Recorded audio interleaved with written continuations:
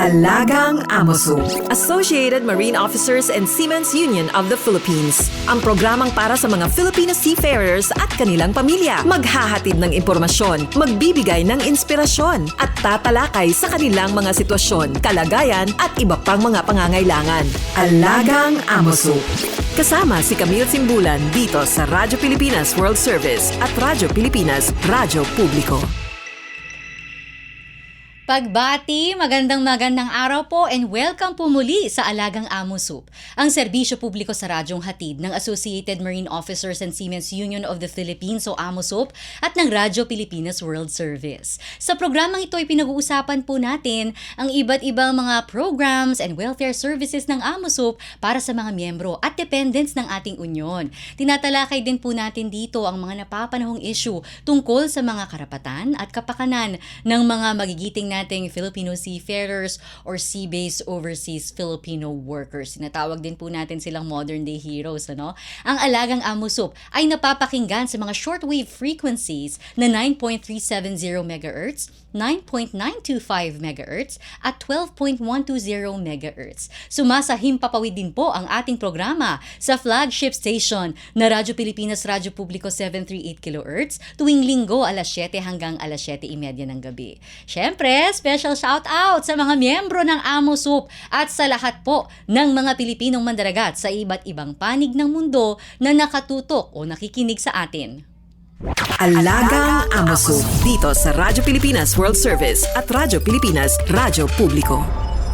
Kaunting baliktanaw, last week po napag-usapan natin ang serbisyo at kalinga para sa pamilyang mandaragat sa Central Visayas, particularly sa Cebu. Nakasama po natin ang Medical Director ng Amosup Cebu na si Dr. Chody Alcantara. Ayan, napakayaman po ng diskusyon natin at ibinahagi po sa atin ni Doc Chody ang mga serbisyo na available para sa mga Pilipino mandaragat, mga Amosup members and dependents po natin dyan sa probinsya ng Cebu. Welcome po muli sa isa na namang episode ng Alagang Amosup. Ngayong araw, hatid po namin sa inyo ang Alagang Amosup. Tips for a happier life at sea. Ayan, interesado rin ako dyan because I'm sure yung mga matututunan natin ngayong araw ay magiging applicable din sa buhay ng mga not just the Filipino seafarers but also their families at syempre in general sa mga Pilipino, no? Kaya mga kasama natin ang isang eksperto sa mental health at well-being, isang registered psychologist, associate professor at trainer na matagal nang tumutulong sa mga individual at mga organisasyon sa pagsusulong ng mental health at positibong pananaw sa buhay. Siya ay may PhD in clinical psychology mula sa Ateneo de Manila University, co-founder ng Philippine Positive Psychology Association, dating vice president ng Psychological Association of the Philippines, immediate past chair ng Department of Psychology ng Miriam College at OIC director ng Integrative Lifestyle and Wellbeing Center o ILO Center ng Miriam College. Siyempre, isa rin po siyang matagal ng katuwang ng Amosup sa mga talakayan at programa para sa kapakanan ng ating mga Pilipinong mandaragat when it comes to overall wellness or well-being. Let us all welcome to Alagang Amosup Dr. Ronnie Motilia. Sir Ronnie, welcome po to Alagang Amosup. Magandang hapon, Miss Camille, at ikinagagalak kong maging panauhin ninyo dito ngayon. Nako. Thank you very much for the opportunity. Maraming salamat po sa pagpapaunlak sa imbitasyon namin, Dr. Ronnie. Kung hindi po natatanong, naging professor ko po si Dr. Ronnie sa psychology noong college ako. Pero tingnan niyo naman ang ating Dr. Ronnie talagang yung energy nandun pa rin talaga. Hanggang ngayon, yung serbisyo niya when it comes to spreading positive psychology, di ba? Yeah, nandun pa rin, advocacy na po talaga ni Sir Ronnie. Ayan, Doc Ronnie, ano po ba ang mental well-being at bakit ito mahalaga? Lalo na po sa mga seafarers natin. Okay. Meron hong definition ang World Health Organization, no, of what it means to be a mentally healthy person. No? So, 4 ho yung sinasabi doon sa World Health document. Unang-una is that ikaw ay mentally healthy if you're able now to cope the daily stresses of your life, no? Lahat naman tayo meron tayong mga stress, no? O mga challenges sa buhay o problema, yung ability mo to be able to cope that's already telling na okay yung mental health mo, no? Kung makakaahon ka doon. Pangalawa is lahat po tayo meron mga talento, mga skills, meron tayong mga gifts, no? Tapos kung ito ba ay nare-realize mo or na-fulfill mo sa buhay. In other words is hindi mo pinapabayaan to put to waste na lang lahat ng mga skills mo at talents in life, no? Pangatlo is sinasabi din ng World Health Organization is that kung estudyante ka o ikaw ay nag-aaral o ikaw ba ay nagtatrabaho, you're able to perform your job or your learning very, very well. And lastly, to be mentally healthy, syempre hindi lang pansarili po yun, kundi talagang you have to contribute also to your community, to your society, or even to your nation. So yun po yung mga predictors kung ikaw ay mentally healthy, no?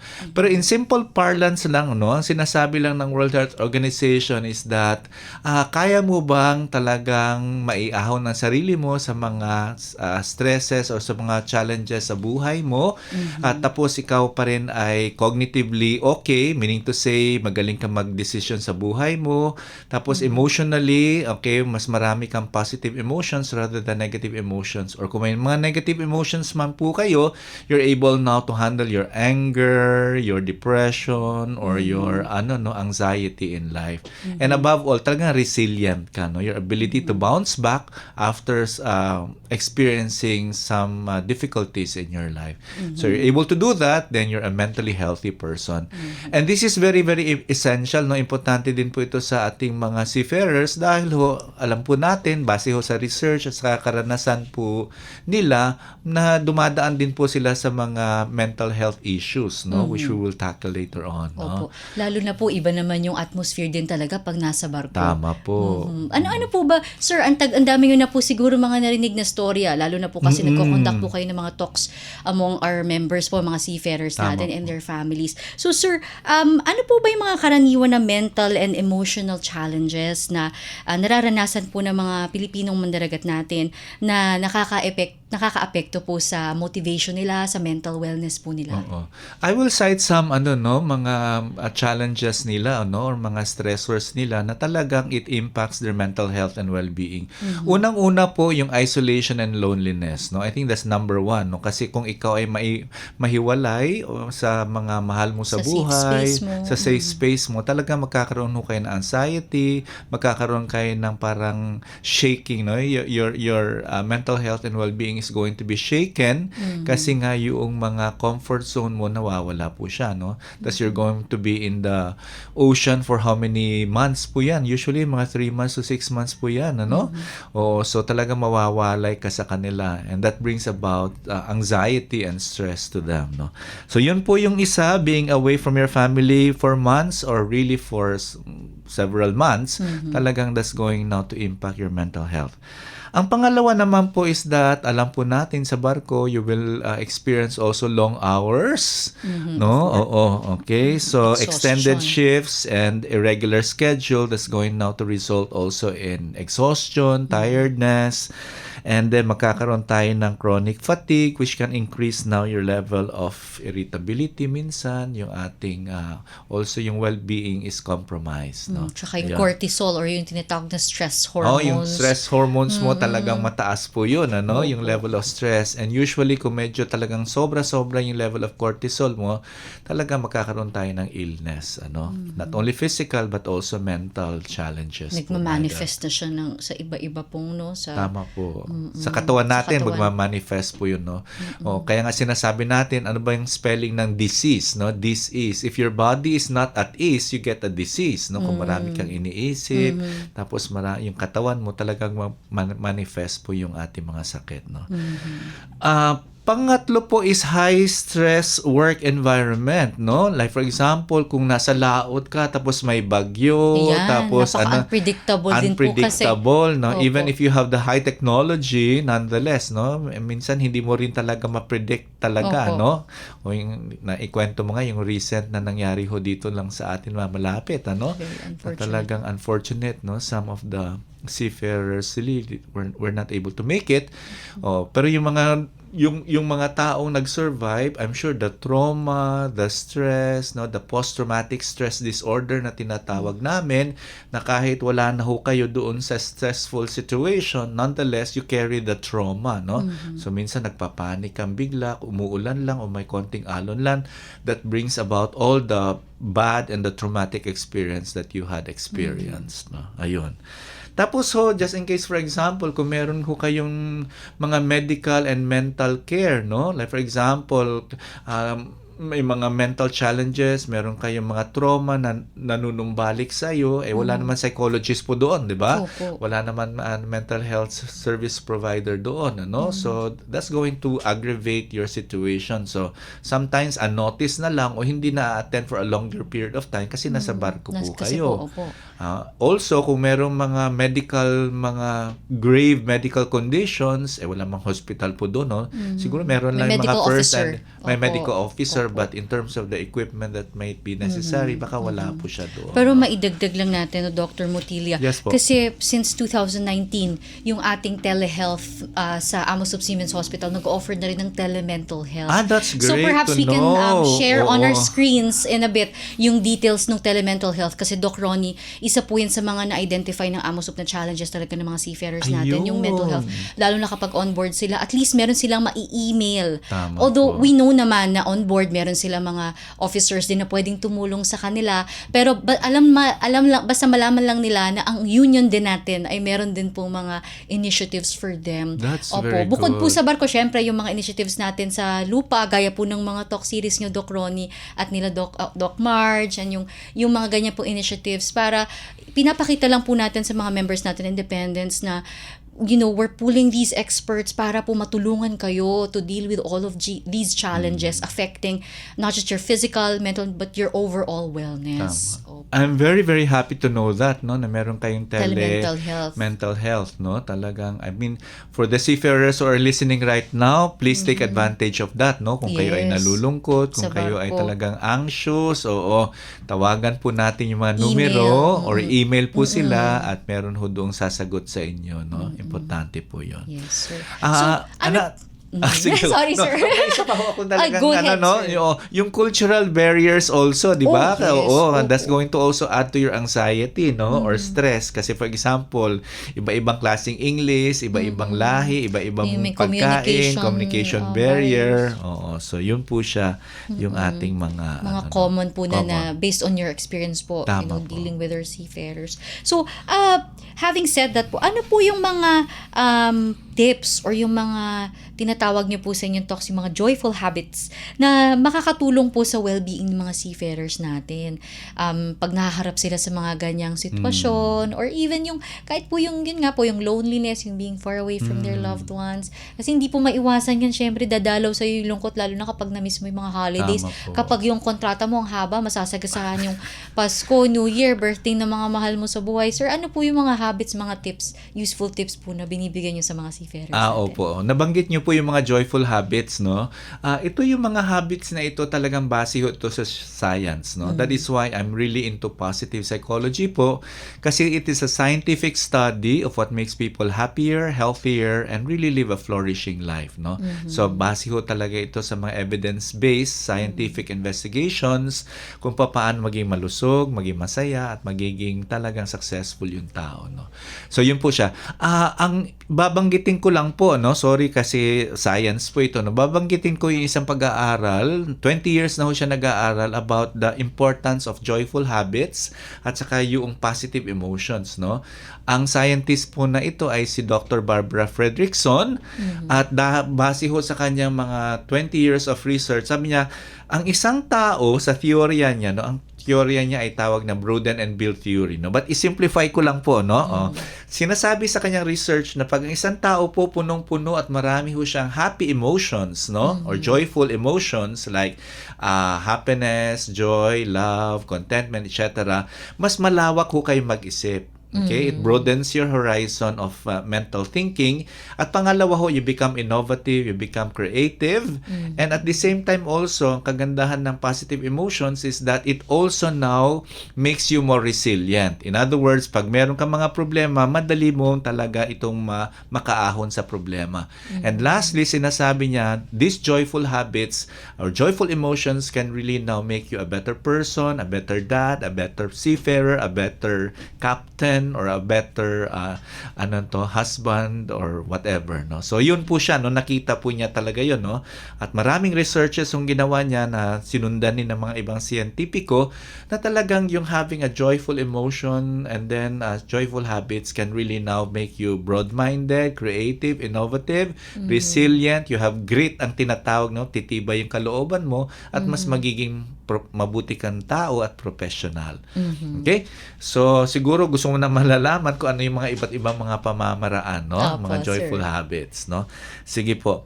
Unang-una is that connection is very important, no? Connection. Oo. Merong pag-aaral din sa Harvard na 85 years old na ho siya na talagang pinag-aralan nila what will really make people happy, no? Para in cases of loneliness and anxiety, kasi nakita nila sa pag-aaral ngayon, loneliness really kills. Even the World Health Organization said na ang loneliness is a global epidemic right now, no? Which is really the paradox or ironical, no? Kasi tayo ay madali na lang makonect Yes. sa mga tao ngayon. Daming Pero ang mga- dami hong global epidemic ho, ang daming malungkot na mga tao sa buhay. Dito sa mundo natin, ano? This is based on scientific studies, Yes. Doc. In fact, according to the World Health Organization, this is equivalent to taking 15 cigarettes a day. Oh. So talagang nakakamatay po siya, no? So loneliness really kills, no? So ano yung mga posible nating habits, no, that we can try now? Connection talaga, no? Not connection only sa mga seafarers na kasama mo doon sa sa barko, kundi syempre, no, connection talaga sa pamilya mo. Thanks be to God, meron na tayong mga maraming pamamaraan. Video calls, Oo, ano pa social, mga messaging apps. That's yan. correct, no? So yun ang una, ha, be able to really connect, no, Connect. with your family. Kaya nga swerte yung mga barko na talagang meron silang Wi-Fi po, na ano? maayos na malakas na na Wi-Fi. malakas, maayos, tapos they can immediately connect to their loved ones. No, very, very important ho yun. Remember again, Connection. global epidemic na ho ang loneliness, no? So, anuhin natin yung ating kalungkutan by really connecting Reaching with loved out. one. Meron ng isang kapitan na nag-share po sa akin kasi nagbibigay din po ako ng mental health, no, bago sila on board, kailangan nila na mentally healthy po sila, no. So meron isang kapitan na nagsasabi sa niya, Doc Ronnie, tama po ba itong ginawa ko? Bakit po, kapitan? Okay, foreigner po siya. So sabi niya, kasi may nakita ako doon, usually 3 to 6 months kami magkasama, no, sa isang barko. Nakita ko yung isang seafarer doon na dati malakas, talaga maingay, masayahin. Then one time, na-observe na daw niya, mga 1 week na, natahimik siya, no? So anong ginawa? Sabi niya, Doc Ronnie, tama po ba itong ginawa ko? Sabi ko, Captain, what did you do, no? Anong ginawa niya? Nilapitan ko lang siya at sinabi ko, my dear, seafarer, colleague, I do not know exactly kung ano iniisip mo ngayon. I don't even know what you are feeling at the moment. Pero kung kailangan mo ng kausap, nandito lang ako. Presencing, very beautiful. And that's connection, no? Even in the silence, you're still connected and assuring the Alam other mo person. lang na meron kang someone cares for you, thinks about Correct. you. Ayun. So connection very important. Yun. That's proven by science na it really uplifts the emotions of another person. There's a shift from negative to a more positive emotion. Pangalawa, dapat meron din po tayong mga hobbies and personal interest, no? Doon sa Ayan. no? So, siguro yung downtime mo, kung walang trabaho, ano bang pwede nating gagawin doon sa barko, di ba? Po, kaya yung mga seafarers natin, nung 2024, nagpa-photo contest po kayo. Kami ang title, Wellness at Sea. Ayun. Kung anong ginagawa nila para sa mental wellness nila sa barko. Yung iba talagang nag-fishing kapag or yung iba nagkakantahan, nagbabasketball, yan. Yung mga ganyan silang Ang activities. ganda. Nakakatuwa po. Ang ganda. Opo. Oo. Sana yung mga photos ngayon, no? Naka-display po sa Museo Mandaragat. Yan, Galing. sa ground floor ng Sailors Home 3. Dapat makita namin ng grupo yan, ha? Opo, ang That's a ganda ng- beautiful initiative po, ha? Yes, Opo. promoting really wellness. Wellness. Opo, at sea. Opo. Social interaction, mga ganyan. Oo. Pangalawa is that physical activity also, no? I think may mga barko naman, ano, na merong mga konting gym ba? Merong mga weights. May mga Oo. recreational din po, facilities So, sa yung may barko. ping-pong. Opo. Yeah. That's very important kasi according to science, when you're doing just 30 minutes of physical activity, no? A day. A day ho, that's going to bring about now happy moods, no, which we call endorphins. Endorphins, no? yan. Happy hormones po Happy yun, no? At hormones. hindi lang ho yun happy hormones, they're also painkillers, no? So hindi ka na kailangan uminom ng gamot kasi naturally, if you do physical exercise, talagang magpo-produce yung neurotransmitters or hormones na yun, no, sa Happy ating hormones. brain. At nakita din po nila, lalo na yung medyo may edad na yung ating mga seafarers, nakita din ho sa pag-aaral sa New York University ni Dr. Wendy Suzuki, no? She has a brain laboratory, na kung mag-exercise lang ho kayo 30 minutes a day, there's going to be a new production of new neurons or brain cells sa dalawang areas ng brain. Wow. That will protect you from Alzheimer's disease and dementia, no? Una-una sa hippocampus, which is the seat of memory, at pangalawa ho sa prefrontal cortex, which is your seat of wisdom. Wow. So in other words, pag ikaw ay at importante sa mga seafarers ito, no? Na ikaw ay sharp sa pag-iisip kasi nga if you do physical exercise, it really now brings about new brain cells dito sa prefrontal cortex, which is your ability to make best and wise decisions in life. Oh, wow. Okay. Pero other parts of the brain wala na, no, nakita nila. So physical exercise, good mood ka, and at the same time wise decision maker ka pa. Okay? Yun palang, Ayun. dami palang benefits ng exercise, Sir Tama Ron. Kahit po. low impact lang siguro, no? Basta sa movement. Hindi na kailangan Just 30 minutes. Opo, movement lang. Importante yung movement. Ayun po siya. Tapos kung ikaw naman ay mahilig, kung ayaw mo ng sporty, so you can do mindfulness meditation. Ano? Ayan. Ito, ibinibigay ko ito sa mga workshops ko po, no? Meron tinatawag ngayong isang result base sa pag-aaral ng Huberman Laboratory sa Stanford University. Pag ikaw ay medyo anxious o ikaw ay talagang worried na at tumataas yung blood pressure mo, kung ikaw talaga ay yung pulse rate mo lumalakas, please do, ang tinatawag nito ay physiological sigh. Physiological sigh. As in buntong Sigh. hininga. Ayun, no? Ayun. Mm-mm. Now, sabi dito sa sa pag-aaral ni Andrew Huberman, no, isang neuroscientist at neuropsychologist sa Stanford, gawin mo lang yung physiological 3 times, no? Ano ba yung physiological sigh? Paano ginagawa, no? You take 2 inhalations, 1 long and then 1 short, and then you have to have a very long exhalation. No? Parang ganito. Inhale.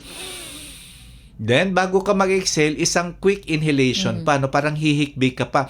Gaganon. And then, you have to exhale now longer. Kasi doon sa exhalation, okay, dito napupunta ngayon yung sa nervous system natin, may dalawang kinds of nervous system, no? Merong tinatawag na sympathetic, yun yung ninenervyos ka, yung flight or flight, at doon naman yung parasympathetic nervous system, which is the rest, digest, and relax mode.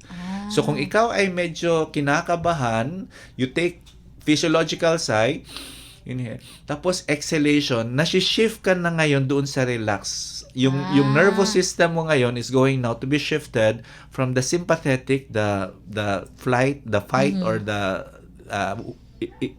negative emotions to a more positive one. Just do these 3 things powerfully, mag-relax ka.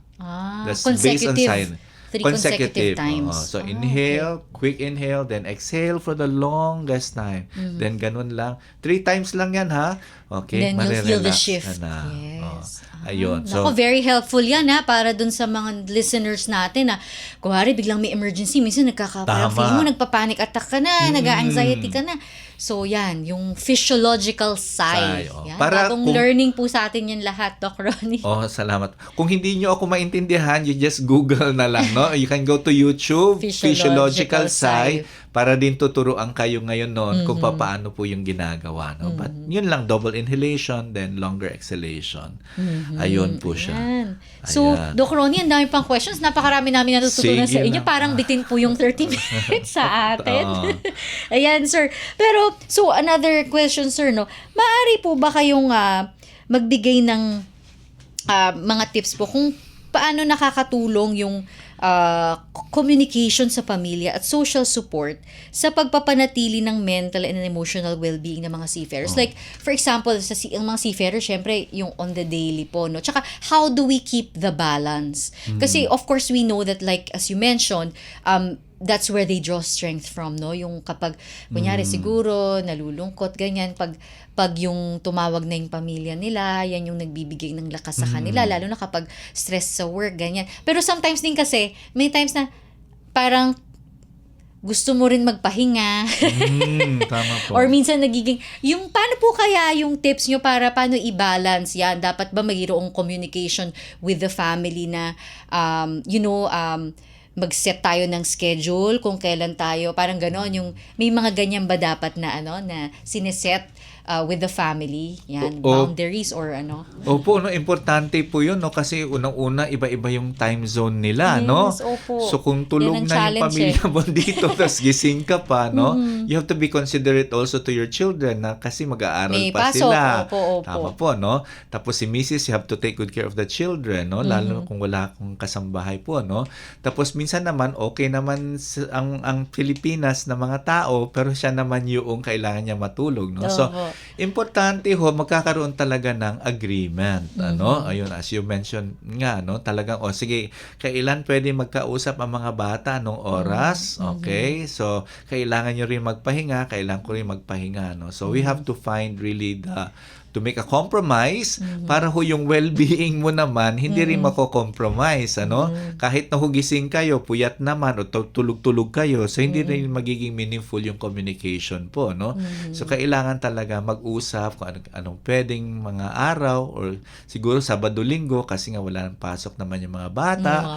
Tapos ikaw naman nakaka-adjust ka rin doon yung time slot mo doon, ano? And also kung talagang very urgent naman, okay, yung mga serious problems, I think exception to the rule na po yun. Syempre, ano? opo, syempre. Ayan, Sir Doc Ronnie, thank you po. Sir, final message na lang po. We're running out of time. Ay, oo, Message na lang po, Doc Ronnie, sa ating mga listeners, lalo na po sa mga seafarers. Napaka-useful po ng mga shinare niyong tips sa amin. And of course, iba-iba naman po yung levels ng well-being ng mga seafarers natin. Syempre, yung iba parang it's easier said than done naman. Tama yung po. mga tips na yan. Parang, sometimes I'm trying to have these joyful habits, pero kasi parang mas mabigat pa rin yung mga nararamdaman kong problema. So for those people, sir, ano pong message nyo? How do they start? Baby steps ba? And for those naman na, they know that they can keep on going, spreading the positive psychology, how can they help? Gaya ng mga kasamahan naman nila sa barko to achieve the kind of positivity that they have. Sige po. Ito na lang yung mga parting words ko. No? Unang-una po, always think that mental health is okay. In other words, it's okay not to be okay, no? So do not deny it kung ikaw ay may pinagdadaanan man, no? Na mga mental health challenges, kung ikaw ay malungkot, anxious ka ba, or going to depression po kayo, wag niyo hong ide-deny yan, no? Tapos tatapatan na lang ninyo, hindi, kailangan ko lang mag-exercise. No, okay? Otherwise, that's toxic positivity, no? Like for example, nalulungkat, hindi, kailangan maging masaya lang ako. Namatayan ka, hindi, kailangan masaya lang ako, no? That's toxic positivity, no? Give yourself the permission to be human. It's human to cry, it's human to feel lonely, it's human to be depressed and all, and own that, no? Okay? Kailangan mo talagang no?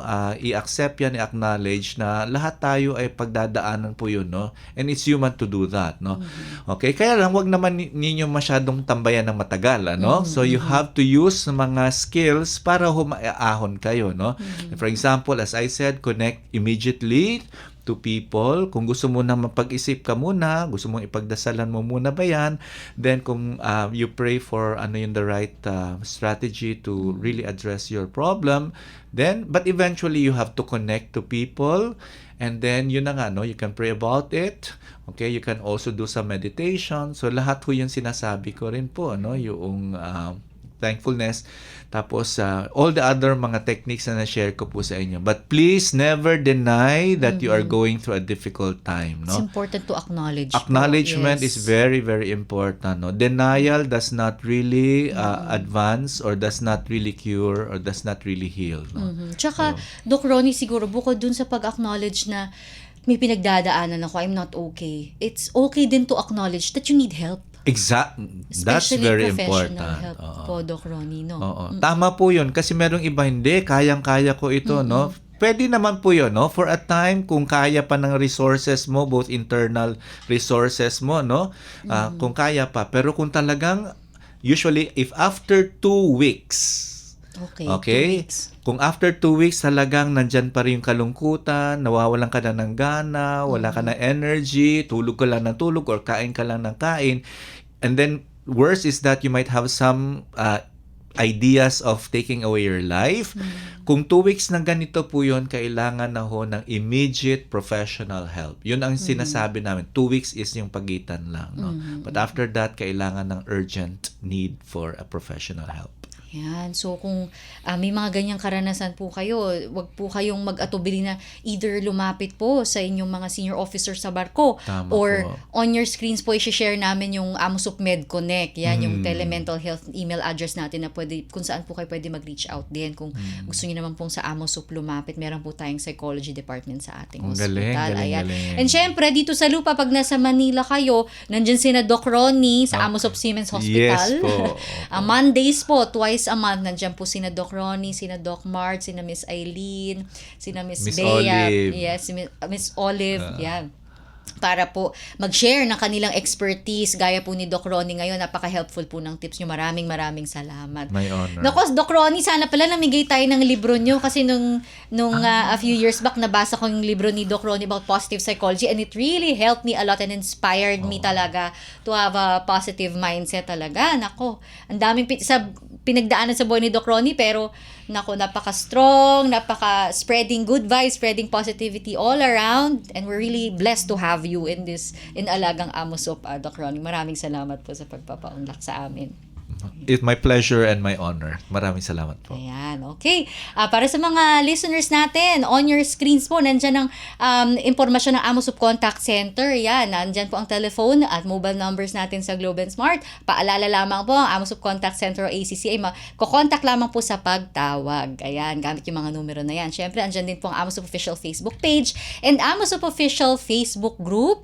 Meron din po tayong Amosup Official YouTube channel para sa mga episodes ng Alagang Amosup at syempre, yung mga uploads natin tungkol sa mga service units natin sa Amosup. And for more information and details about our programs, service units, mga events natin, mga programa natin para sa mga members and dependents natin, punta lamang po kayo sa www.amosup.org. Muli, maraming salamat po sa inyong pagsubaybay. Salamat sa mga kasama natin sa Radyo Pilipinas, si Miss Susan Aizon, Milo Jonella, J. Arevalo, Hero Lucero, Erwin Peñano, Jerome Toledo, Justin Osayas at ang ka-Amosup natin na si Lara San Juan. Maraming salamat po muli, Doc Ronnie Motilla. Sana po makaulit kami ng guesting sa inyo dito. Salamat. Sa inyong mahahalagang tips at payo para po sa mga members natin, mga listeners natin. Sa pagbabahagi po ng inyong kaalaman sa pangangalaga ng mental health, sa mga practical na tips at higit sa lahat sa pagbibigay ng inspirasyon sa ating mga Pilipinong mandaragat upang maging matatag sa gitna ng mga alon. Tunay nga pong mahalaga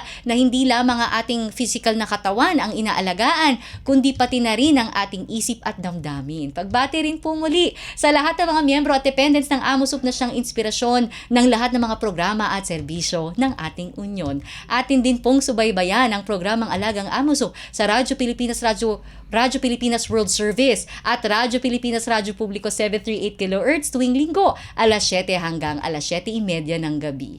Ako po si Camille Simbulan at ito po ang Alagang Amosup. All aboard sa talakayan. Palalimin pa ang inyong kaalaman. Alagang Amosup dito sa Radyo Pilipinas World Service at Radyo Pilipinas Radyo Publiko.